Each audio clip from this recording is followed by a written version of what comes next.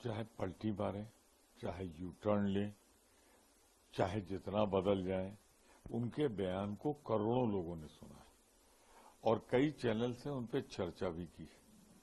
तो अब वो पलट जाए तो ये तो भाजपा राज में होता है, वो किसी को नहीं बख्शते।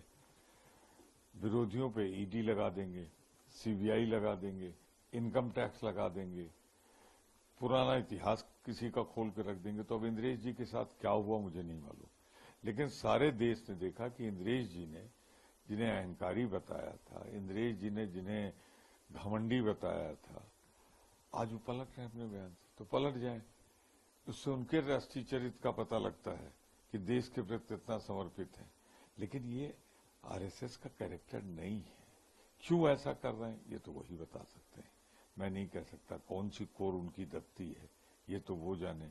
मैं तो सिर्फ ये कहूंगा कि उन्हें दृढ़ता के साथ अगर कुछ कहा था तो अपनी बात पे कायम रखना चाहिए, लेकिन उनको अपनी निज सुरक्षा देश की सुरक्षा से ज्यादा बेहतर लग रही है तो उसका अधिकार उनको है। अच्छा, नीट की परीक्षा में घोटाला हुआ, उसके बाद धर्मेंद्र प्रधान केंद्रीय मंत्री शिक्षा, उन्होंने कहा कि जो बख्शा नहीं जाएगा, सब पर कार्रवाई होगी, परंतु अभी भी प्रधानमंत्री चुप है। देखिए, पेपर लीक का मामला, भारतीय जनता पार्टी और पेपर लीक दोनों एक दूसरे के पूरक है।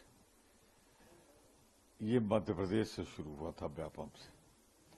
अब नीट का आप सबको मालूम है, ये ग्रेस मार्क कहां से आ गया। उसके बाद सुप्रीम कोर्ट ने संज्ञान ले लिया, सुप्रीम कोर्ट को गलत लगा, अब उन्होंने आदेश दे दिया। अब शिक्षा मंत्री कह रहे हैं किसी की गलती ही नहीं, कहीं पेपर नहीं लीक हुआ, तो साल भर कहां से आ गया। तो अगर आप देखें इन सब चीजों को तो कहीं न कहीं से लगता है कि जैसे प्रधानमंत्री को इन सब चीजों की चिंता नहीं, वो इटली घूम रहे हैं या लाखों छात्रों का भविष्य फंसा हुआ, वो इटली में सेल्फी ले रहे हैं। तो ये प्रधानमंत्री जी कभी भी युवाओं के लिए, बेरोजगारों के लिए कभी गंभीर नहीं रहे और इसीलिए 38 साल की सबसे बड़ी बेरोजगारी अगर आज दस्तक दे रही है उसके लिए कोई सबसे ज्यादा जिम्मेदार है तो मोदी जी। मल्लिकार्जुन खड़गे जी ने कहा है कि एनडीए सरकार गलती से बन गई, बहुत दिन तक चल नहीं पाएगी। बिल्कुल, जो मल्लिकार्जुन खड़गे जी हमारे राष्ट्रीय अध्यक्ष, हमारे नेता विरोधी दल ने कहा है, मैं उनसे सहमत हूं हर बात पर, उनकी हर बात का समर्थन करता हूं। ये सरकार जनता की इच्छा से नहीं बनी, क्योंकि जनता की इच्छा से दूसरे दल आगे बढ़ के आए हैं और ये तो ऊपर से नीचे आए हैं। इनके मतों का प्रतिशत कम हुआ है, सीटें कम हुई हैं, तो ये जनता की पहली पसंद नहीं है। लेकिन बहुमत उन्होंने इकट्ठा कर लिया है एनडीए के साथ, ये बहुमत भाजपा का बहुमत नहीं है। तो मैं सिर्फ इतना कहना चाहूंगा कि जो कुछ मल्लिकार्जुन खड़गे जी ने कहा है, जन भावनाओं का प्रतिनिधित्व भारतीय जनता पार्टी नहीं करती। अच्छा, पश्चिम बंगाल के राज्यपाल हैं, उन्होंने जो है ममता बनर्जी को पत्र लिखा कि क्यों ये घटनाएं वहां पे चुनाव के बाद हुई है और क्यों ऐसा। तब कहाँ रहते हैं राज्यपाल जी, अपने कर्तव्य का पालन नहीं करते जब भाजपा की तरफ से ये सब कुछ होता है। अब उनको पूरा अधिकार है, वो संवैधानिक मुखिया है, वो पत्र लिखते रहे।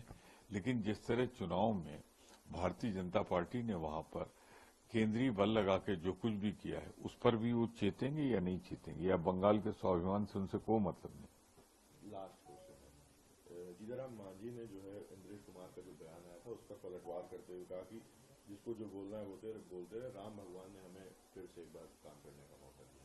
देखिए, जीतनराम मांझी की मजबूरी है, तनहा है दुनिया में, अकेले हैं, कृपा पूर्वक उनको मंत्री बना दिया गया है, तो मंत्री पद का लाज तो रखनी है उनको। अगर बनाए रखना है, नौकरी अपनी चलानी है, तो उनको वही बोलना है जो भाजपा चाहती है, उनसे बुलवाना चाहती। तो ये लोग तो, इनकी डोर दिल्ली में पीएमओ में है, वहां से खींची जाती है तो बिलबिला पड़ते हैं।